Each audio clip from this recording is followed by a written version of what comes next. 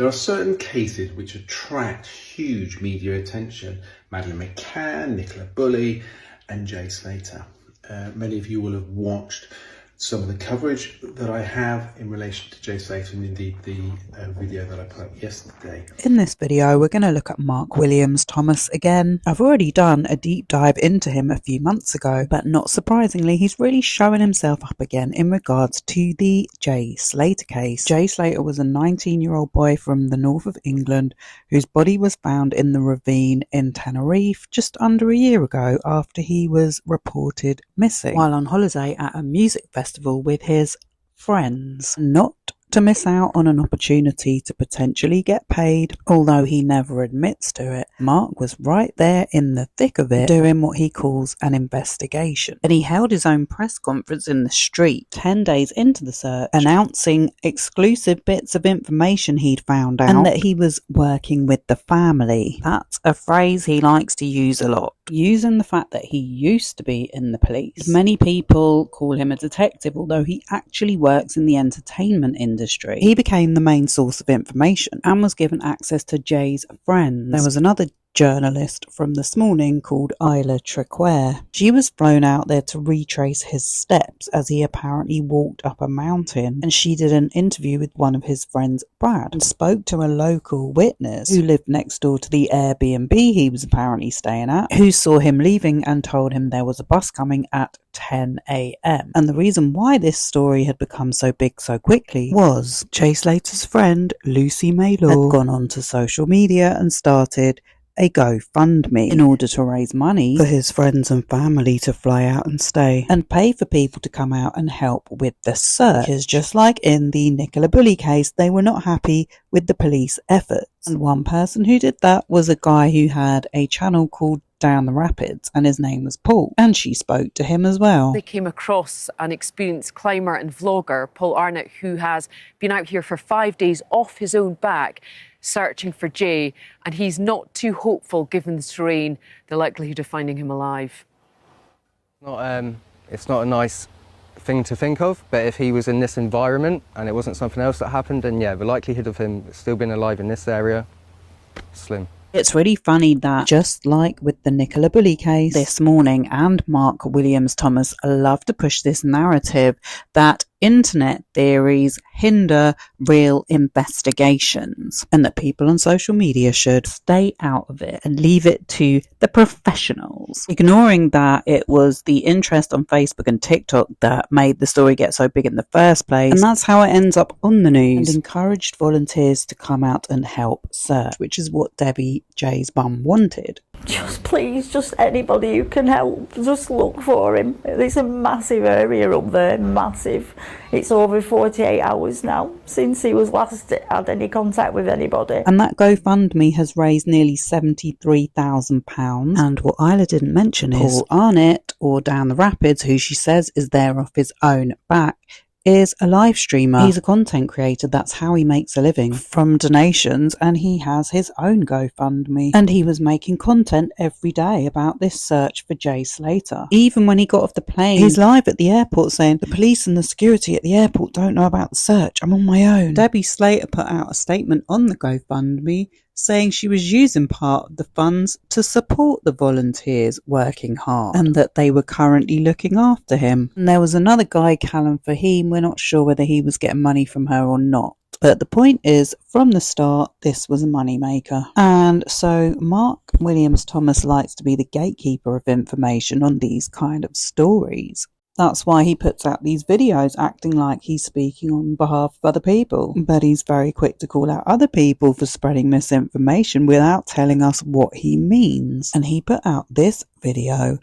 on the 27th of June 2024, 10 days after Jay had been reported missing. And he brings up third-party involvement in criminality. There are two options. He has either come to harm himself by simply falling off an edge or a cliff or something, or there is a third party involvement which is based around some element of criminality. When he's speaking here, it's like he's making a public appeal as if he is the police. In the short period of time that I've been here, I have received significant information both through the family and friends. I've tracked down the number of witnesses, but there are two key people who I need to speak to, and these are the two men that Jay left with on the morning when he went back to this rental apartment. These two men have spoken to the police. They are now back in England, but these two men I need to speak to because they have crucial information. I don't know their names. I know a nickname of one of them, and I have a photograph of one of them. They know who they are. I would urge them to come forward, to contact me so that I can speak to them, and I'll speak to them in confidence because I need to establish a lot more detail in terms of what took place, both in terms of the lead up to them taking Jay back to their property and also whilst they were at that property. But if you look at the news timeline, the information that he says he found out had already been reported in a local news outlet, and Lucy Maylor had been on Sky News on the 19th of June. So what Mark Williams-Thomas says was nothing new. This report on the 19th, that's 2 days after he went missing, was in the Manchester Evening News and had quotes from Lucy and her friends saying that Jay was last seen with two boys who have left the country and they needed to be questioned by British police, and that a lady said she last saw Jay at 8 a.m. walking at pace. Another friend of Jay's said, "We've been told the two guys Jay was last with are from Luton. One is known by the nickname Johnny Vegas. We're sure they know something. The Island police say they have copies of their passports, but we've been told they flew back to Gatwick yesterday. We drove all around the ravine yesterday for 12 hours and were getting out and shouting and screaming Jay's name, but we couldn't find anything." This report was also made by a local reporter on the 19th. Hi, my name is Sam Quine, East Lancashire reporter for the Lancashire Post, and I'm here in Oswaldtwistle as the search for 19-year-old Jay Slater continues. What we know so far is that the teenager, who has gone missing during a holiday in Tenerife, was last heard from on Monday morning. This was after he told a friend that he planned to walk back to his accommodation after missing the bus. This journey would have lasted him 11 hours. He had gone to an island to attend the NRG Music Festival with his friend Lucy, and she has explained that Jay had gone out to stay out with people he had met during a night out in Tenerife. Lucy said she'd received a call from Mr. Slater at around 8:15 a.m. on Monday, after he had missed the bus and was trying to walk back. During the call, Jay said he was lost, needed a drink of water, and that his phone was only on 1%. This was then when the line cut out and Jay was last heard. Jay's last location is showing as the rural de Tenno Park, which is a mountainous area popular with hikers. Lucy is now leading a search effort with Jay's mother, Debbie, and his brother Zach flying out to join her in Tenerife. An official Facebook group has also been set up to help find Jay, which currently has around 127,000 members. So Mark Williams-Thomas is coming off the back of how big this story was getting on social media. There was an official Facebook page and TikTok account which was posting screenshots of messages and Jay Slater's Snapchat, which has now been used as evidence in the inquest. And obviously local news, Sky News and ITV. But he likes to make out he's got his own investigation going. He was the one pushing the ideas that there was criminal intent involved and that he's working with the police. But what's been revealed this week since the inquest, the police were not interested in working with him at all, and that's why he's annoyed. And he's been called out on his TikTok for holding back the information he had for his own podcast, when that's what he criticises other content creators for. I was very clear in that video where I said that I had shared my information with the Spanish authorities. I'd been in communication with them, but they hadn't come back to me. And that's exactly the point, is that I sent the information I had in an email to the Spanish authorities.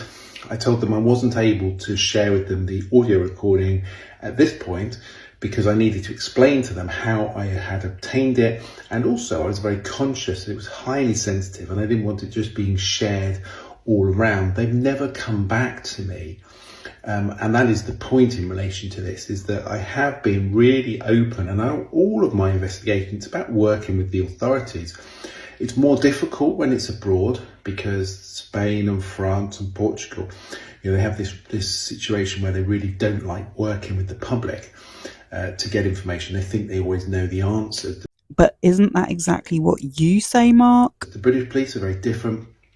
Very good relationship with British police forces. When I do investigations on cases here, more often than not, they work with me. I share information with them, they share information with me when it's appropriate. And so there's a much different relationship, unfortunately, abroad. Many forces abroad, it's quite difficult. That said, there are some really good countries. I've done an investigation in Thailand and Cambodia, and they worked really, really closely with me.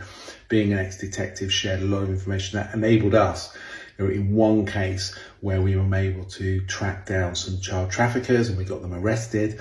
That worked really well in Cambodia and in Thailand, and indeed in India. I did an investigation where the Indian authorities were brilliant. The Indian police were absolutely brilliant. They shared all of the documentation they had, which enabled me to get to who I was convinced was the killer and do an interview with him. And so it does work really well. But for those that are criticising me, saying, why haven't you handed the information to police? I have told them exactly what I've got. I just haven't shared the audio recordings with them because of the sensitive nature of them, and it needs to be explained properly. And I need to deal with the continuity of evidence as well. I can't just be sharing information which could potentially be really important. There are discussions on there which are about criminal offences, and therefore it's really important that if that information is shared, it's done in the correct way, evidentially wise. Isn't that withholding information? I will continue to do the work that I do. I think it's really important. People criticising, saying, what have you ever solved? Well, I solve cases all the time. You see some of the high profile ones, some of the perhaps the really difficult ones to solve. But in my line of work that I do, I investigate cases every day. I am solving a lot of cases, a lot of information that's come to me I share with other police forces. So it can be a thankless task, because of course everybody out there now thinks that they are an investigator, they are a reporter. Social media now has created a completely new world where everyone has a mobile phone. They can go out and record. The quality now is really good. And of course, the internet has so much information. He's just mad that other content creators are doing exactly what he's doing, because what information and new evidence did he bring to the public?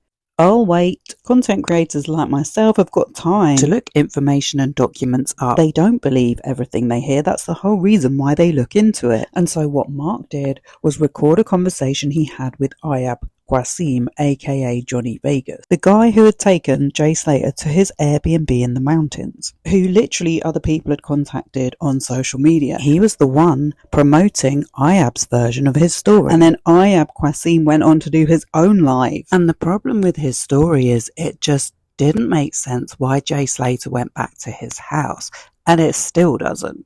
And it didn't seem to match what his friends had said who'd done interviews with actual news channels, Lucy and Brad. And he just looked as shifty AF anyway. There were inconsistencies in his story, and there was the timings of some of the videos and Snapchats he posted, which made him suspicious. But Mark doesn't want to acknowledge that, and Ayab is really enjoying the notoriety that this Jay Slater case has brought him. He talks in riddles and he says bro and do you know what I'm saying every other word. And a lot of people don't believe him because he finds it difficult to give a straight answer. And this week we found out that he hasn't shown up to the inquest, nor has his friend Rocky, and that the Met Police have been informed to try and locate them, as the coroner's court was not able to serve them with witness summons. Well, don't hold your breath on that one. And the funny thing is that people on social media are very good at tracking down location. But Mark wanted to give us his exclusive interview, and now he's going to great efforts to justify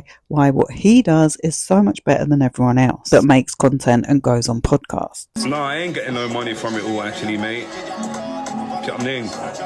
But we're stand-up guys, bro. We got coin before all of this, like, do you know what I'm saying? If you listen to Mark's original videos, he's pushing the idea of this underground criminal network being involved, which is completely at odds with the story that Lucy May Law told Sky News on the 19th of June. I've now spoken in some detail to one of these men, Ayub Qasim, who was known as Johnny Vegas. Ayub Qasim was outed by the Daily Mail. I think they found his profile on Airbnb. We know he's been in jail for dealing. We don't know what he does now, but he says he makes coin and he does a lot of travelling. And I've also identified the other male that was with him, but I've not yet spoken to him.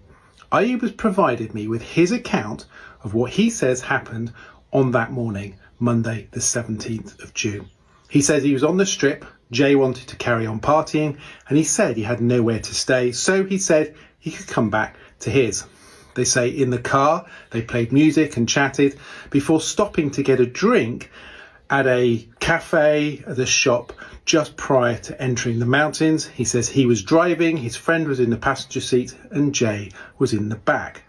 They say on arrival at the rental, his friend opened the door, went into the left and went straight to sleep.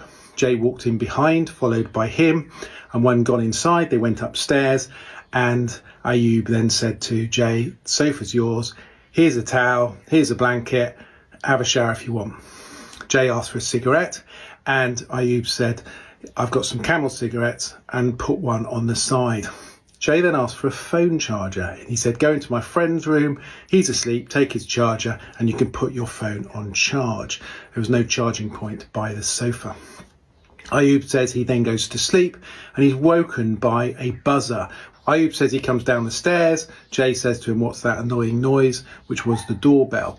Ayub says he opens the door and speaks to a woman and a man, and they gesture that he needed to move his car. Ayub says he gets into his car and he's starting to move it, and he looks in the rearview mirror and he sees Jay talking to a woman. He's got his trainers on, so he's about to leave. Jay then says to Ayub, having moved the car, the woman says, I can get a bus every 10 minutes. And Ayub says, he says to him, mate, just chill out. I'll drop you off in town when I wake up properly. He went, no, I'm hungry. I need to get a scram. And the woman told me I can get a bus every 10 minutes to Los Cristianos. Ayub says he replies, there's no bus coming. This is my green door. If you need me. He says he shut the door. Jay walks away and he goes back to sleep. He then says he gets a call from a friend of Jay's who says that he's in a ditch somewhere and he's been cut by a cactus. The result of this digging has opened up an established criminal network with links to drugs, violent crime and theft.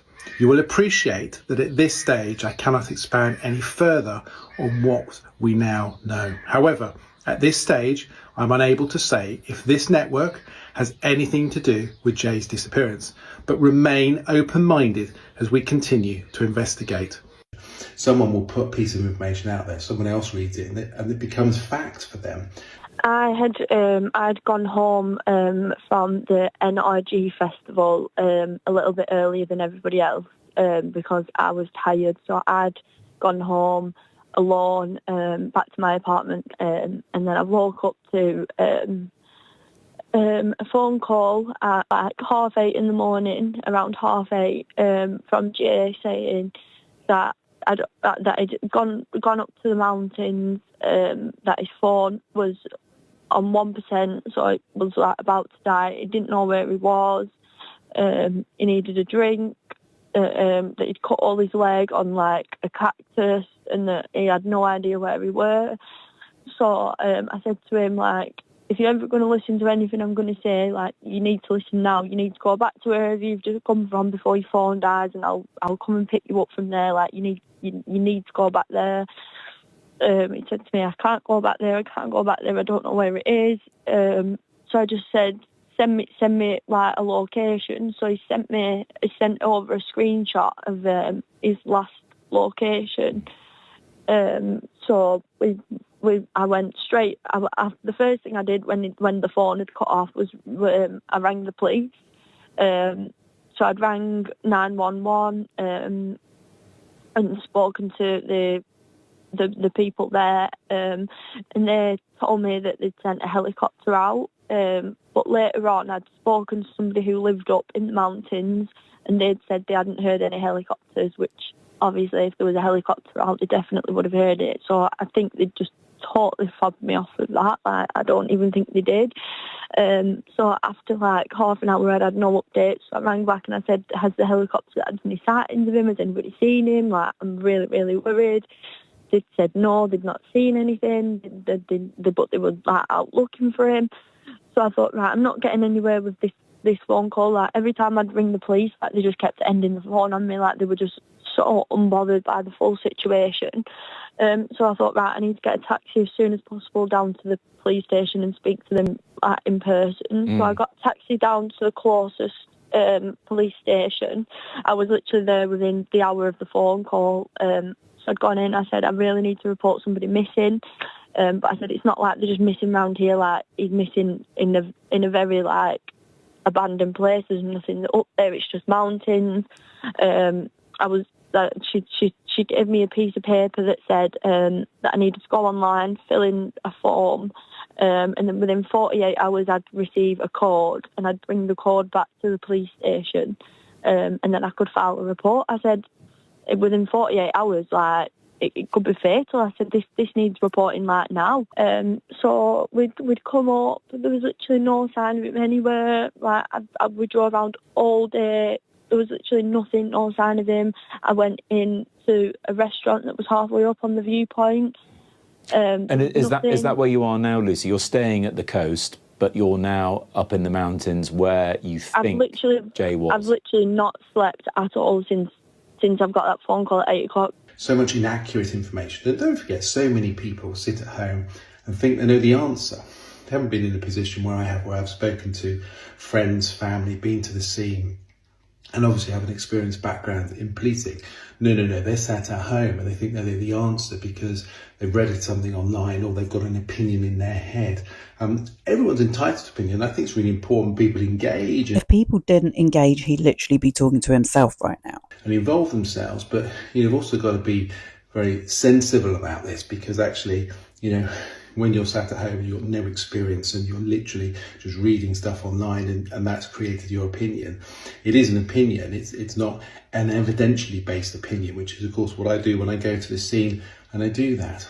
So I'm sure the Jay Slater case will rumble on, it will do, because there's obviously still a lot more information to come out, and when the time is right, I think it's really important. If the police haven't got to a position where all that evidence is out there, then I think it's really important that people know the full picture. It's one of those stories that has become a public story, which is often the case when people go missing and it hits the headlines, because 99% of the cases don't hit the headlines, but when it does hit the headlines, it's interesting because that person kind of becomes a public commodity. Would it be rude of me to suggest that Mark Williams Thomas would have taken no interest in this story had it not had over 100,000 people in a Facebook group about it? And that's why Mark flew out there and he helped to make Jay Slater a commodity. The public think they have a right to know everything about what's happened, and I always have a very clear process, is that if I get involved in those cases, it's really important the family know exactly, and with the family you agree how you're going to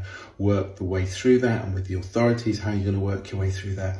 But ultimately, for me, it's about the right information being out there. If the wrong information's out there, we need to correct that. The thing is, what inaccurate information has Mark corrected? That's what I want to know. But also, my job as an investigative reporter is to hold people to account. And if the authorities aren't doing the job properly, whatever that is, or whether the organisation's not doing it properly, then it's important as investigative reporters we hold them to account. It's not for me to do their job for them. That's for them to do. If I feel that there is wrongdoing, if I feel that there's information that is really important that should be out there, or if it's likely to make a difference to a case and they haven't done the investigation properly, as an investigative reporter, it's important for me to put that out there. Just look at Savile. If I hadn't taken the steps that I had in order to build up all of that evidence and put it out there, would it have led to a national inquiry? Would it have led to all those other people being arrested? I already went over this on my previous video. He uses that he was hired as a consultant for pedo activity on a documentary that was dropped about Jimmy Savile for BBC's Newsnight, and now he's taking all the credit for all the research that was already done when a different programme used the information after Jimmy Savile died. Go check that out, because I don't want you to believe false information. Would it have led to changes in policies? No, because if we hadn't have done that programme that created the huge momentum that it did, then changes wouldn't have occurred. So investigative reporters have a really important role to play. to play, and the media does in the UK. The role of the media is to hold people to account, and we have to keep doing that. Speaking of holding people accountable, after months and months and months of commentary channels talking about the Jay Slater case and then being told that everything will come out at the inquest has now taken place. And just like what happened with the Nicola Bulley case, a lot of these people's testimonies are not adding up with their timeline. So are we allowed to point that out, or are we going to leave it to you, Mark? Because by the looks of it, it was live blogged by Lanx Live. It was a total shambles. They had issues getting in contact with most of the witnesses, causing delays. None of Jay's friends turned up. The first key event is when the coroner, Dr. Adeley, who's the same coroner that was in the Nicola Bulley case, is explaining Jay's friends, who were with him in Tenerife, Lucy Law and Brad Hargreaves, cannot be located, and that they have denied who they are, and we have had police looking for them, but we can't find them. And the witnesses in Tenerife gave conflicting stories to what we'd been told. IAB, who we're told the Met Police have been out looking for but unable to locate him, told us through Mark Williams Thomas and on his live that these people had rang on his buzzer to move his car. But what they're saying is that they were outside moving cement and he came out of the house to move his car, and that they saw Jay Slater on the main road at 7:50 a.m, which does not match up with any of the timelines we've been given. And they also said that he was wearing jeans and a t-shirt, which his own father disputed, as when his body was found he was dressed in shorts, which the coroner tried to dismiss and said, oh well, sometimes witnesses get it wrong, due to a whole branch of psychology. Unbelievable.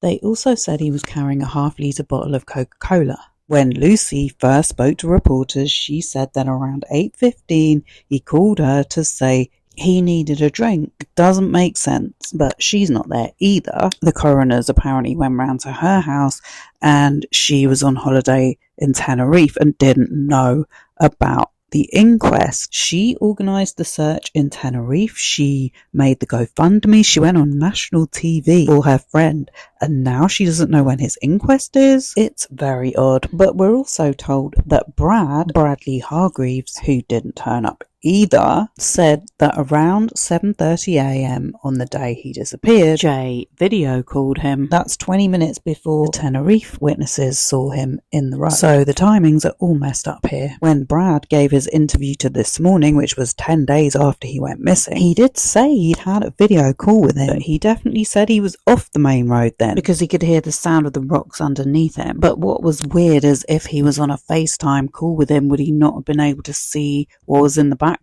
And like Lucy May Law, why did Brad not want to come to his best friend's inquest? He was also on holiday, but he could have used a video link like the other witness that did turn up. Thank you so much for doing this, and I know you're only doing this because Debbie's asked you to speak on behalf of them and to let people know what your best friend was like. Describe Jay to me, what his personality's like.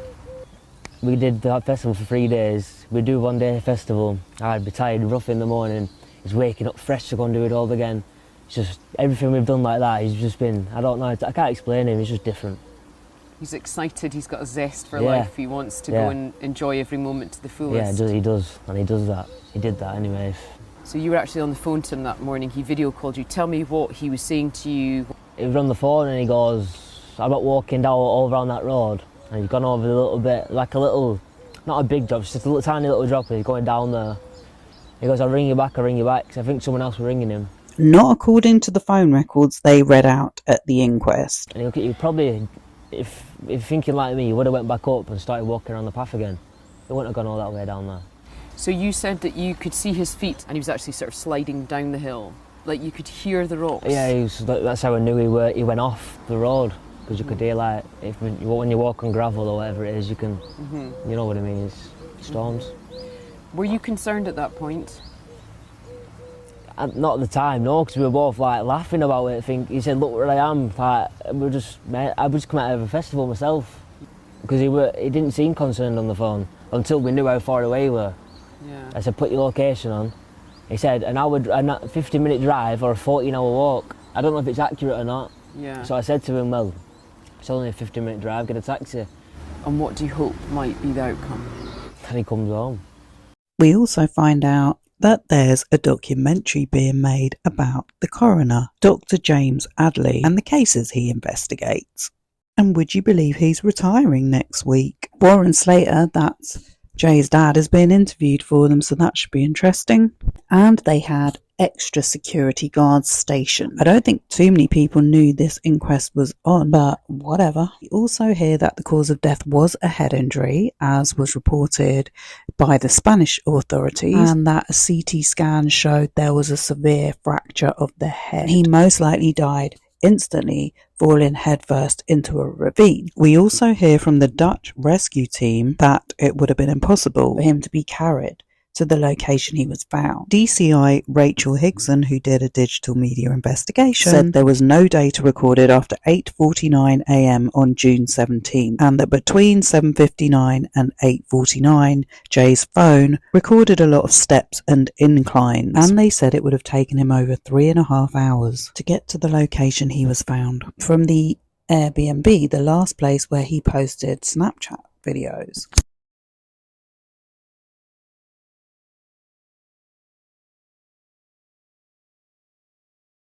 And so then we have a surprise witness, a guy called Josh Forshaw, who appeared by video link. Josh apparently made friends with all three of them while they were waiting to board the plane on the way to Tenerife, and they found out they were all going to the festival. Well, it turns out that him and Jay were messaging the whole evening, and that he was in the room with Brad when they were doing the FaceTime call at their hotel, and that he'd been advising Jay to go home the whole night because he was off his head. This is where the story and the rumours about knives and drugs come from, and the stolen watch. And remember that Mark Williams Thomas said he'd spoken to all the witnesses, but it wasn't the right time for him to give out the information. Well, I've spoken in the last few days to Debbie. She had a long conversation with me, very pleasant. We got on very well. There's no issue with that at all. And in fact, she really struggled during this period of time, and rightly so. You know, she's a mother who's lost a child, and not just that, but was in the eye of the media storm. This was an inquiry case that hit the headlines, not just in the UK, but actually worldwide. People became fascinated, and it took on a life of its own. And as a result of that, lots of conspiracy theories, lots of people with their own views in terms of what happened. But I had the uniqueness because I was literally in the heart of it, able to establish information from different parties, collect that information, and then look to see what evidential value it had. I was very clear from day one that this looked like a tragic accident. But of course, I needed to investigate it, and I remained open-minded throughout the whole of that investigation, and was very clear that actually, whilst there were considerable issues that existed, and I haven't revealed the details of all those issues, and exactly, you know, kind of why Jay left in the manner he did, why he didn't want to return, you know, those things I've kept to myself at this present moment in time. And maybe when the time is right, I will reveal those. I've got to be very careful. What I don't want to do is upset the family any more trauma than they've already had. And so it would be something that I would work very closely with Debbie and the family to reveal that information. And maybe the time will be right soon to be able to do that, but not right now.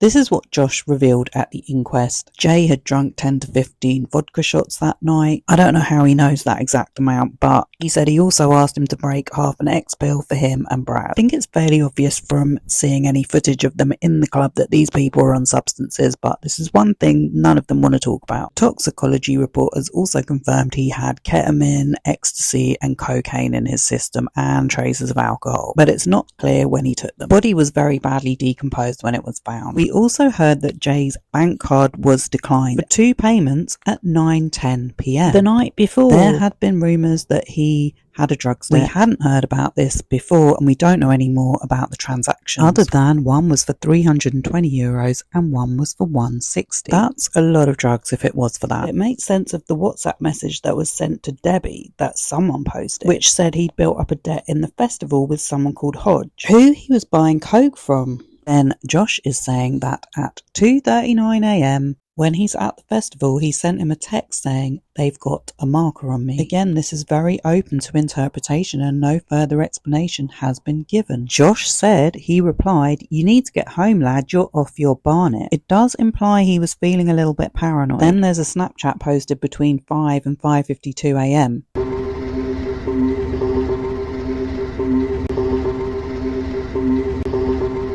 which would probably have been made when he was in Ayab's car being taken to the mountain. And it said just took a 12k rollie off some beep with this Mali kid. I think Ayab is Somalian. Off to get 10 quid for it now, haha, off my undies. And Josh said that 10 quid meant 10 grand, which Dr. Adeley asked him to prove and he couldn't, so that didn't get resolved. He said that was his interpretation. Then there was another one about an AP which he said he was going to sell for 10 quid, which also looks like it was taken in the car. The Snapchat which he sent to Josh, and Josh later reposted it on a group chat when he was back in the UK, said, yes cuz, ended up getting thrown out with 2 Mali kids, just took an AP off somebody and was on the way to sell it. And back in July last year, it was Mark Williams Thomas who posted a video on his social media about these messages being a line of inquiry. And that's when he was talking about secrets and the dark criminal underworld he couldn't reveal. Debbie Duncan, his mum, had dismissed the allegations as nonsense. When she spoke exclusively to the Sun newspaper,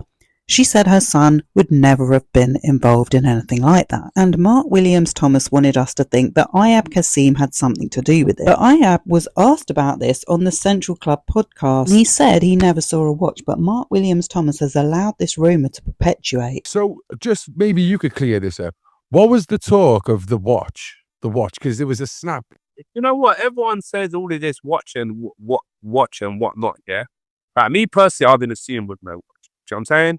And on that actual strip, bro, yeah, there's like bare Romanian guys, African guys selling fake watches, trying to offer you a fake watch, trying to sell you a fake watch, or that like you randomly see 2 lads coming out of the beach all bloodied up because bare guys jumped them for, you know what I'm saying? So it's like, it happens over there, but mate, he didn't, you know what I'm saying? I didn't see no watch on him per se, you know what I'm saying? Or he didn't dangle no watch in that. So I don't know if he's like gassing to someone or whatever, but there were guys that offering people watches in that, you know what I'm saying? Okay. Like, it's interesting.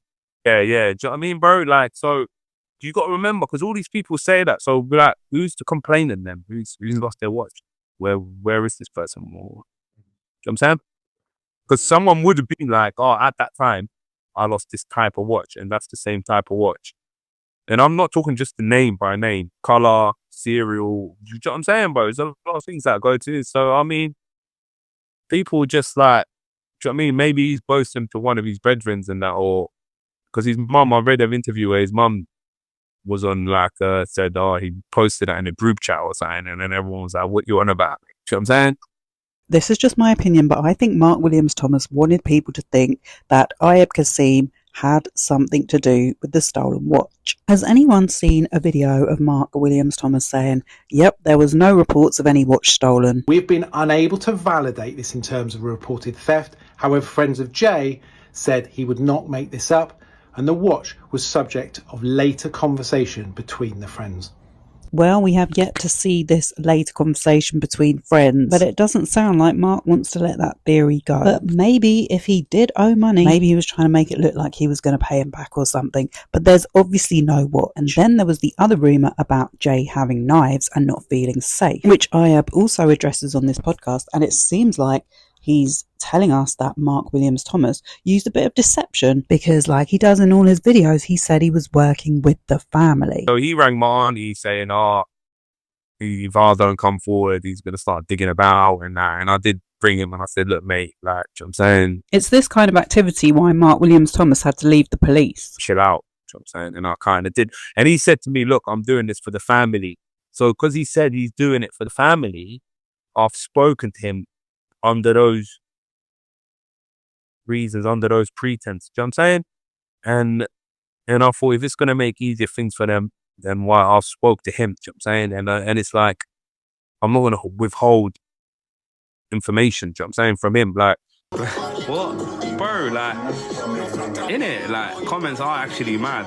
This might sound crazy to anyone who's been following this story, but after doing my research, I feel like Ayab's been made the scapegoat. It's really easy to see him as the bad guy because he was a drug dealer and he has been to prison, and his presentation is terrible. But when you listen to what he says, it actually matches with what Josh said, that Jay's mental state was all over the place and he was acting on edge. I actually feel like Ayab's giving us more insight than Mark ever did. Oh, Oh, bro. Like, everyone asking, why was he scared? I don't know why anyone is scared, bro. Like, I don't know what's going through his head. Like, do you know what I'm saying? And apparently he had knives on him. Like, if anything, I was in danger. Like, where's my fucking... Do you know what I'm saying? Like, what are you even on about? Like...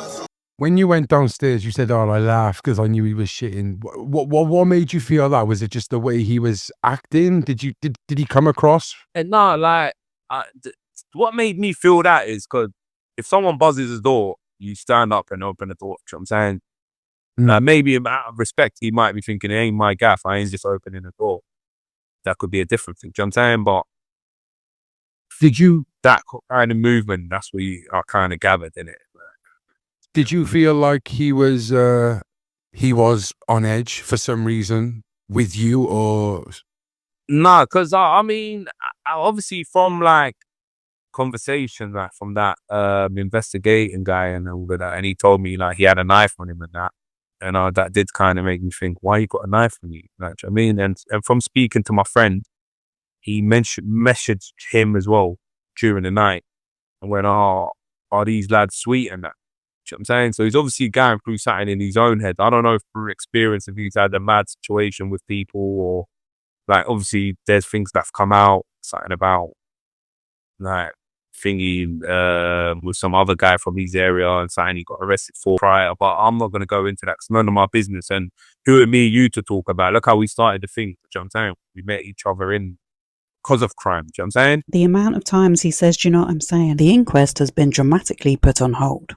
Debbie said she wasn't happy for Ayab's statements to be read out, and she wanted to ask him in person what happened and why her son went to his apartment and why he left and why he walked the wrong way up a mountain, and there doesn't seem to be a logical explanation. Dr. Adeley said we could simply deal with his death by the fact that he has walked into the middle of nowhere and fallen off a cliff, so why are we here? But after deliberating, he agreed they would try and find the witnesses. But the WhatsApp message that was posted, I think it was last July, that seems to have been ignored by a lot of people, because let's go over it again. This WhatsApp message looks to be from Josh Forshaw. It certainly matches what he said in court. "Hi Debbie, redacted, and I was on the flight to Tenerife with Jay, Lucy and Brad. Became close with them.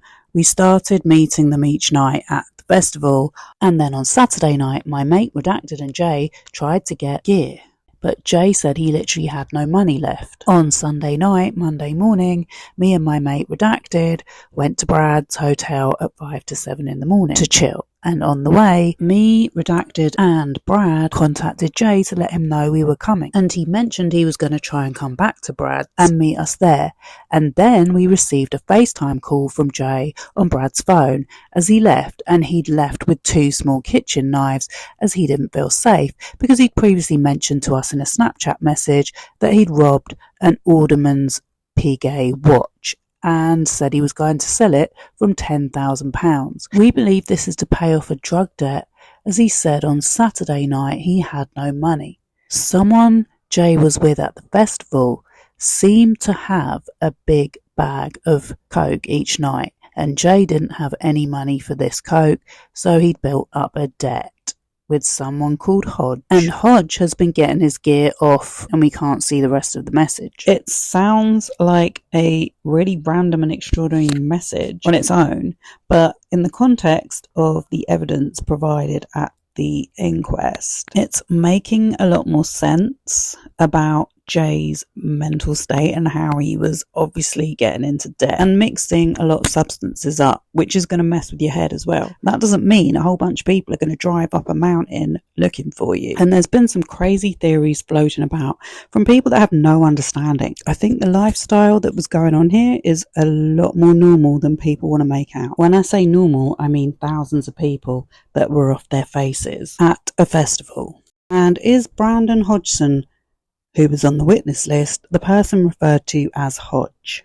Does anyone know? Josh told the inquest that the alleged Snapchat, which we haven't seen a picture of the knives down his trousers in case it kicks off, was sent 90 minutes before the 7:30 FaceTime call. So that would have been at 6 a.m. That's the time Mark Williams Thomas said in a statement to clear up misinformation they left the strip. I've spoken to lots of witnesses and have a clear picture now of what happened overnight of Sunday the 16th of June through to the morning of Monday the 17th of June.